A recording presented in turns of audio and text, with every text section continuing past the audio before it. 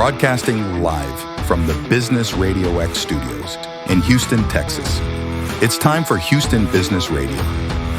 Now, here's your host. Hello, Houston. Trisha Stetzel here, bringing you another episode of Houston Business Radio. It is my pleasure to introduce you to my guest today, Corey Harlock, who is the founder and principal of KeyHire Solutions, a specialized talent strategy and acquisition consulting firm dedicated to small businesses. Through his proprietary strategic talent scaling system, Corey helps elevate owners' businesses from where they are to where they want to be. And I know you don't want me to go on, Corey, but I'm going to do it just a little bit longer, and then I'm going to turn it over to you. So what sets Corey's approach apart is how quickly and intimately he learns each client's needs, talent gaps, and constraints. This comprehensive understanding allows roles to be precisely defined, leading to the recruitment of highly qualified professionals who hit the ground running. Corey, welcome to the show. Thank you. Pleasure to be here. Man, you can make yourself sound really good on paper, hey? I know, right? Yeah, every once in a while, it's nice when somebody uses your bio to introduce you, and that's only a portion of it, right? So, Corey, I know people listening, and even I would like to learn more about you. So tell us about Corey, and then let's jump into KeyHire Solutions. Do you want personal, professional, bit of both? Yeah, a little bit of both. Sure. I'm been married and I've been with my wife now. My wife since 1999. We got married in 2016. We have two kids, a 16-year-old and 11-year-old. So we're right in the middle of it. And we moved down to Houston from Canada. I will be speaking Canadian throughout this entire interview. We moved down here in 2014, so not long enough to get my drawl yet. But and my wife's a French speaker, so hers is really taking a long time. So we came down here, and I was an agency. My first life was in hospitality. Then I transitioned into agency recruiting back up in Canada. And when I came down here, I slipped into another agency job. But the whole time, I knew I'm an entrepreneur. And so I wanted to start a business, but I wanted to do something totally unique and different. And because I'm an entrepreneur, I wanted to help entrepreneurs. And it's easy to look around the landscape and see everyone is happy to help the big guys because they got lots of money. And so I kind of put a challenge out to myself to find a solution for small business that was fair and equitable for both sides, right? Your experience has value, and I wanted to add value, but I also wanted to be able to earn a living. And I was involved with Vistage, still am, but at that time I was in a different group. And so I pitched this idea I thought I had. And my members of the Vistage group, who had, so many different disciplines, very graciously started kind of pulling me aside and saying, well, the CFO in the group pulled me aside and said, well, how are you going to make money? I said, I don't know. It's a great question. So he helped me come up with my model. We had an EOS, a really great EOS implementer here in the area named Rainey Busby. She was like, well, how are you going to deliver it? I said, I don't know. And she said, well, the EOS model is pretty good. So she helped me work through the delivery of it. And then I leveraged that to go to my chair and say, hey, in your CEO group, if there are any companies that want to demo this for free so I can prove my model, I'd be happy to do it. So I did it. I think I had 3 people that tried it. They all kind of came back and said, yeah, what you're delivering is not what we want. So I changed the model again, and now we have KeyHire as it is today, right? So it was a bit of a journey, but and it's developing all the time. But where it is right now is we focus on small business owners, $5 to $25 million, and our goal is we come in right where when you start a business, you hire your neighbor, you hire your neighbor's cousin, you hire your friend, and everyone pitches in and does everything they think they need to do. And if they do a great job, eventually the needs and requirements of that business will outgrow the experience and the capacity of the group of people that started it. And that's where we come in. That's where we go to the owner and say, okay, let's look and see do you have talent gaps? Where do we need to build capacity into your business so we can keep you on this trajectory? So that's kind of what KeyHire was built for. So I heard you talk about the collaboration and the effort to get you where you are today, and also underpinning that, listening to your clients. Hey, talk to me more about how you got where you are today. Were you always open to collaboration, or was that a something you had to practice because you were really good at doing it yourself? Tell me more about how that journey from there to here was part of your business journey or your entrepreneurship. Trisha, that is an amazing question. Thank you. So, when I was in hospitality, I went very far, very fast, just through sheer will and determination. Um, I didn't know what I didn't know, and I had a very, very healthy ego, and I thought I knew everything. Mm. And as I transitioned through, different phases of life, learning to listen and accept the help is something I have worked very hard on. When it came to building KeyHire, I had a group of people that I knew, liked, and trusted. And even they at times had to say, hey, just settle down here. Just listen to what I'm saying. Because it's you build something. There's a blog by Seth Godin, whatever you want to call it, and it's entitled "Who Will Say Go," and I recommend every entrepreneur go read it. It's 2 paragraphs, but it essentially says anyone on the planet can be a proofreader. Anyone on the planet can take your idea and poke holes in it, but it takes real courage to take an idea and put it into the world. Um, and so that's what I've had to learn is um, to not talk, to listen, right? Even when you're asking the question. I Mhm. thought I knew what the question was halfway through and I was ready to answer, but I had to go, no, no, no, just be. And I'm glad I did because it was different than I thought. So um, it's a journey. I'm a work in progress. I can still be a little hard headed. I can still be a little stubborn, but I have people around me who care enough and are brave enough and are honest enough to say, yeah, get over yourself. You need to listen to reason here. So I'm happy for that. Yeah. You have to collaborate and you have to listen to your clients sometimes, right? To Yeah. see what they actually want or need alongside of what we think we're bringing to the market, right? In Well, order to support them. and the other side of that is in business, if I try to solve a client's problem before they feel like I've heard the problem, Mhm. they're not going to listen to me and they're going to say, you don't get it. Right. And I'm going to lose business. So listening,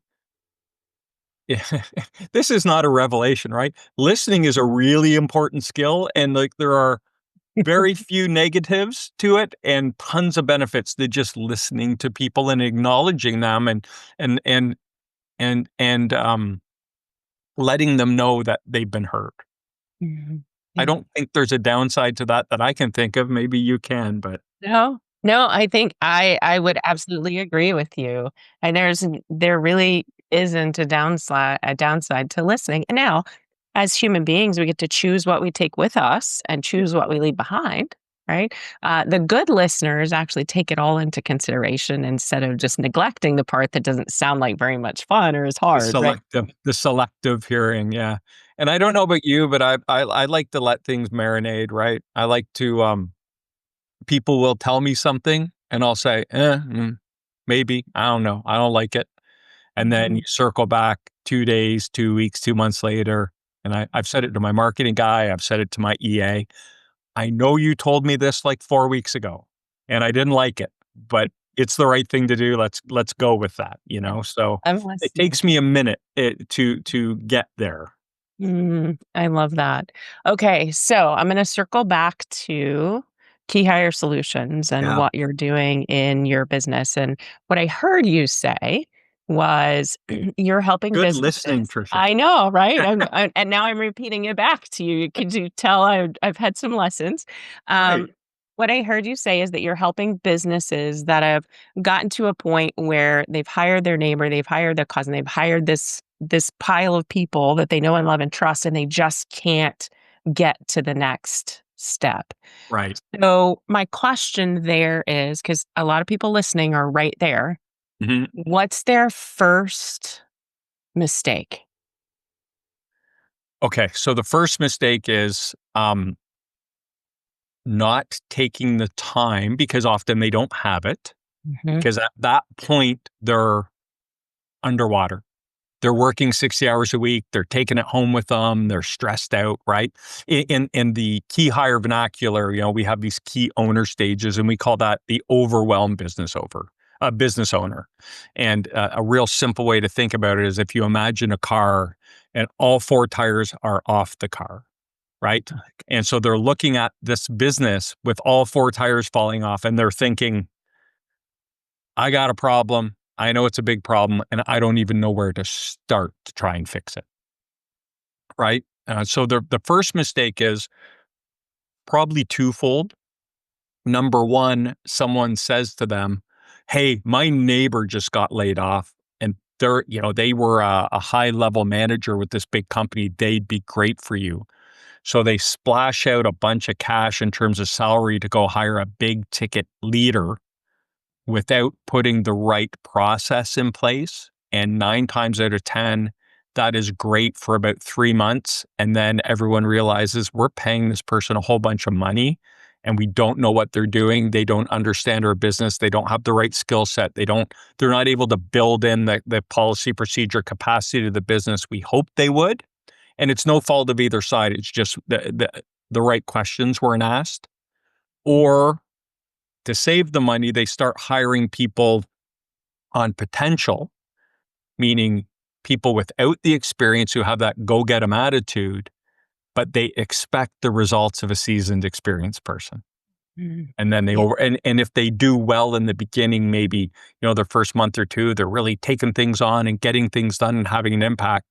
They heap tons more responsibility on them, overwhelm them, and then say, "Well, I don't know what happened to them. They were doing such a great job, but what's changed?" And what's changed is we just didn't manage their expectations or we didn't align their duties. It's something I call breaking their neck, right? I'm really good at cold calling people. And man, Mhm. you're really good at cold calling. You should run our marketing program. Well, that's not the same. Doing social media and cold calling are very different skill sets, right? So breaking their neck means they're faced this way. Then you make them turn around 180 and go the other way. And they're flip flopping between the two based on who's knocking on their door at that moment. And then you start wondering, wow, they used to be really good at cold calling, but it's really dropped off. And they're not doing a great job with their sales or marketing either. Why aren't they engaged? What's happened? Maybe I need to replace them. And they're still doing the best they can, right? That the caveat here is when I talk about these things, I'm always assuming, and I feel like I need to put a disclaimer out there. We're always assuming everyone is doing the best they can and the best they can for the business, right? I never want to paint a business owner in a bad light and say, they're making bad decisions. They're doing exactly what they think they need to do, and they're well intentioned. It's just sometimes you don't know, and you make a mistake, and you do what feels right or you think is right at the time. But down the road, it could really kind of turn around and make things a little more difficult. Yeah, absolutely. And I'm just thinking as you're talking through that, getting the right people in the right place, doing the right thing at the right time. And sometimes we skew that as a busy Sure. business owner and just keep piling things on. So, Okay. and to add to that, I'm onboarding a client right now, and they need a production manager. They did the exact thing. They hired a referral of a friend. They paid them a ton of money, and they just didn't work out. And so they've released that person. And they said to me, "We really need this position." I said, "I get it." And the owner made this thing like, "I'm swimming here," and I said, "I get it. You have to tread water a little longer. This isn't a 2-week fix because I don't want you to hire someone just to hire someone. I would rather you struggle now and let's get the right person in place to take that off your plate so you can kind of exhale, build trust with them and push those responsibilities aside so you can focus on pushing your business forward versus hiring someone who's kind of there and then repeat the cycle again and never gain any traction and never have you really be able to exhale, right? So, and she's like, I know, I get it. I'm like, just, you got to hang in there, right? Like, let's do this correctly because we want to maximize the probability of getting this done right. So you can just kind of, okay, I trust this person to do the job I need them to do. Mhm. All right. So I want to dive further into that, like your process of helping people get through this space where they're just swimming and they need to tread water longer and get the right hire on. But before then, would you let people know how to contact you if they want to Sure. have more conversation with you about this particular topic? LinkedIn's a great way to do it. Just Corey Harlock. I might be the only Corey Harlock on LinkedIn. I don't know. Or if you go to our website, there's a button on there that'll say "Be our next success story," but that is just kind of click that button. It'll take you to a page where you can get access to my calendar and book a meeting there. We always say no sales, no weirdness, just help. We're a help first company, so don't think you're going to get on there and we're going to try to sell you a bunch of stuff. I'm happy to spend a half hour with any business owner. If we can build a relationship and you like what I say and what we can do for you, then we can talk about working together, but that's not the purpose of the call. Yeah, love that. All of that information will also be in the show notes as usual. So if you're sitting in front of the computer, listening in or watching, just point and click. For those of you listening in the car, don't point and click. Come back to it later. And Corey Harlock is spelled CoreyHarlock. And yes, you can definitely find him on LinkedIn. Okay, Corey, let's circle back to how you help clients hire the right people for the right thing at the right time, doing the right things. So the three biggest mistakes a business owner makes when they hire is number one, they don't clearly define the role. They kind of usually have an immediate need, so they build a job description around that. So once the person comes in and solves that problem, you kind of don't know what they're doing anymore. Number two is they don't have a clearly defined hiring process, which is very important, right? Candidate experience is the number one thing that will move the needle in someone taking your job or not. And then number three is they hire for current needs, not future needs. One of our expressions at KeyHire is we're not hiring someone to run your $10 million a year company. We're hiring someone to run your $30 million a year company currently doing 10, right? And when you, as if I can give a business owner one piece of advice, start saying that when you hire, right? Mhm. Take your current revenue, take your 5-year goal and say, we're hiring for this goal, currently doing this, because the person who can get you there can build the process and procedure to help you scale. So back to, KeyHire, what we do is we do a ton of diligence with the client. So we're not an agency recruiting firm. We're consultants that do talent acquisition. So our goal is to understand your business almost as well as you. I'm flying up to a company in Oklahoma next Wednesday just to spend the day with them, just to walk that company and understand it. So when I go to market and start talking to people, we're not KeyHire representing a client. We're representing them. We're telling their story in the marketplace, right? But when we do that, we'll also, the role they have, I think we're going to need to discuss it. And the the job descriptions or requirements are probably going to change a bit once we do our diligence and sit down and talk with them. So we'll do that. We call that our action plan. And in the action plan, we create a scorecard and we'll create a company overview and we'll do comp analysis and we'll create the hiring process that we're going to use. And then, so that is like clearly defining the role, right? Exactly what we need. Then we're going to clearly define the process. Our process is proven to work. We have a 90% success rate with our clients in terms of the people they hire. So we'll define the process. And part of our scorecard is capacity. There's 3 elements to our scorecard. It's culture, experience, capacity. And we measure everyone on all of those things. Then we walk our clients through the process. We do the heavy lifting in the background on behalf of them. Our clients spend anywhere from 6 to 12 total man hours per hire because we try to go out and represent them the best we can. And when we bring them someone, we want them to think, Yeah, this is great. I have a client who always says, if you ever need a referral, just have them call me, because he always says the best thing what I like about working with you, Corey, is you bring me one person and I know I'm going to hire that person. I know I don't have to interview a whole bunch of people because you know our company so well. It doesn't always work out like that, but our interview to offer ratio is about 1.6 to 1.8. So our clients on average interview 1.6 to 1.8 candidates per offer given. So really our goal is to give them back as much time as they can. Mhm. Uh, the battle cry of every small business owner, don't have the time, don't have the money. So we try to solve the money issue by being, a fair and equitable resource for them. And we try to solve their time issue by trust us. We're going to do all the hard work in the background. You just have to show up when we need you to. All right, I'm going to circle back around to the time thing because it's really Sure. sitting with me. And I talk to a lot of business owners who they're swimming, right? Barely. They might have floaties. They need floaties because time is a big deal for all of them. So, what would you tell these business owners who are listening and saying, "Gosh, I would really like to take that first step, but I'm scared to death to do it because something in my business is going to break if I stop paying attention to it." What would you tell them? Yeah, that's so hiring the mindset is in that situation when we're talking about an overwhelmed business owner, and in our key owner stages, it goes from overwhelmed to unsure to curious to growing. So when we're in the overwhelmed stage, the mindset becomes, if I can just hire that one right person, my life will be better. Things will be better. And it's not. It's not a home run, it's four singles, right? So we need to hire the first right person to just let a little air out of the tire, right? Psst, just give you a little more back. Just give you a little something back.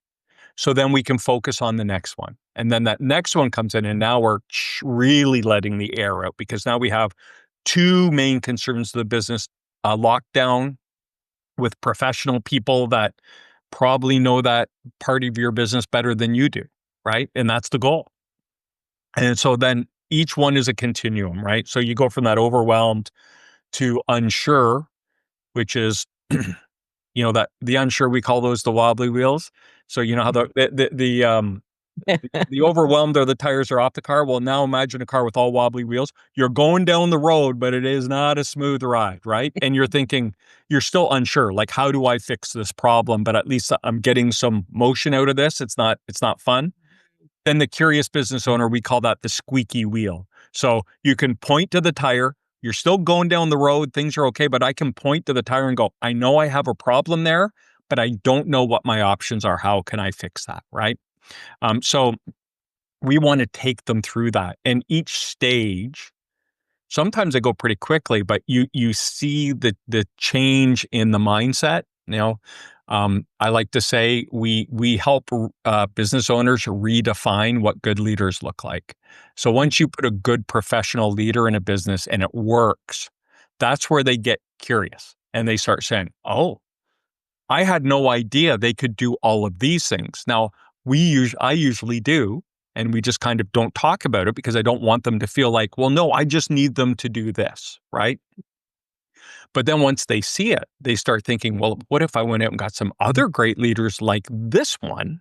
How would that impact my business? And then that's where it starts getting fun, right? That's where you start really getting some traction and moving through those stages and into that growing stages where ideally we'd love to get them. Yeah, absolutely. Okay, so one thing that I noticed is that you are almost a true Texan because when you said you were going to Oklahoma, you said you were flying up there. Oh, So okay. I'm just saying we're getting Thank closer. you. We're getting closer to being a Texan. Do you work outside? You said you're Yeah. flying to Oklahoma, so do you work across the United States? What's your preferred territory? We like to keep it, within Texas if we can, but occasionally, we've worked in Alabama, we've worked in Tennessee, going to work in Oklahoma now. Okay. So if we can get there and still be a part of that company Mm. and have them feel like, we're in source for them and we're part of their team. Yeah. Um, the process just works better when we can spend time with the owners and be with them and build that relationship. Okay. Awesome. One more time, tell people how they can find you, and then I have one more question for you. So tell us how we can find you or connect with you. Yeah, LinkedIn, Corey Harlock, CoreyHarlock. And then the website is KeyHire.Solutions. So KeyHire dot solutions. And then you'll find a button there like be our next success story or schedule a meeting or whatever it is. And like I said, no sales, no weirdness, just help. Just help, just Corey. I've really enjoyed our conversation today. So my last question or my last, I guess it's a question. Tell me your favorite client story. My favorite client story. Well, I'll tell you I have and I'm really fortunate because I usually really like work my business owners. I mean, that's why I wanted to work with business owners because they're really cool people, right? They have a passion, they have the courage to start something. So, um, one of my favorite um,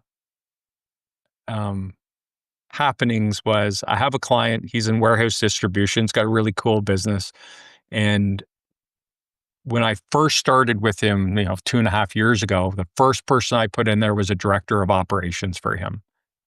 And it's this guy out in New York, and I always say his love language is arguing. He just loves a good argument, but he does everything with a big smile on his face, and he's just really good. And he's just this great personality, and he's built this relationship with the owner where they are, no holds barred. They don't hold anything against each other, but they're not afraid to just fight for what they think is right.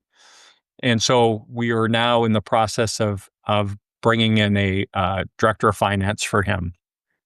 And he said to me, Corey, this director of finance has to be good as the director of operations. You got me, because he's the best hire I ever made. And I was like, yeah, I love that. That's amazing. That's awesome. I got goosebumps. That makes me feel good for the work that you're doing out there, Corey. It made me feel good for him because he hired a really good leader and he was humble enough to allow him to do his thing, even though he didn't always understand it. Mhm. But, it's just like eventually got to the point and he's like, I trust you. I know you will make the right decisions. So I don't get it, but just go do what you got to do to make my business better. And it's great, right? Just watching, like when I go on site with those two and just to hear them bicker, it brings me joy. Love language is arguing. I Yeah, know a few people like that, Corey. I'm just yeah, saying. yeah. Thank you so much for being with me today. This has been a great conversation. I've enjoyed it. Thanks so much. You're very welcome. All right, everybody. That was Corey Harlock with KeyHire Solutions. And that's all the time that we have for today. If you found value in this conversation, share it with a fellow entrepreneur, veteran, or Houston leader who's ready to grow. And of course, as always, be sure you follow, rate, and review the show. It helps us reach more bold business minds just like yours. Your business, your leadership, and your legacy are built one intentional step at a time. So stay inspired, stay focused, and keep building the business and the life you deserve.